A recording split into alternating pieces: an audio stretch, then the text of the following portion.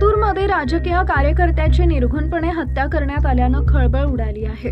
Barshi road ते Ausa road बाह्यवळण रस्ता असल्यानं सोलापूरकडे निघालेल्या इर्टिका कार चालकानं क्रुझर जीपला कट लागल्याच्या कारणानं झालेल्या वादातून भ्रष्टाचार निर्मूलन समितीचा कार्यकर्ता अनमोल अनिल केवटे याच्या हत्यारानं भोसकून खून करण्यात आला। तर महिला पदाधिकारी सोनाली भोसले सुपेकर या महिलेवरही जीवघेणा हल्ला करण्यात आल्यानं त्या गंभीर जखमी झाल्या। बुधवारी मध्यरात्री नंतर लातूरच्या खाडगाव रोड इथं ही घटना घडली।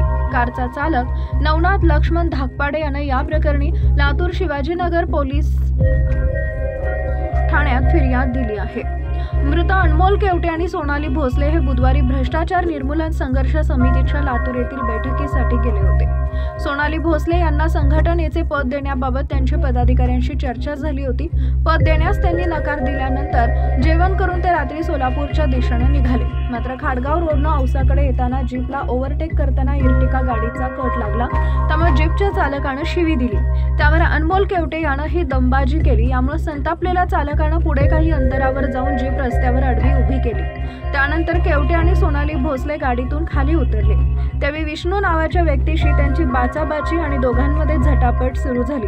तितक्यात दुसरा व्यक्ती गाडीतून उतरला आणि त्यानं अनमोल केवटे यांच्या गळ्यात चाकूनं आरपार भोसकला।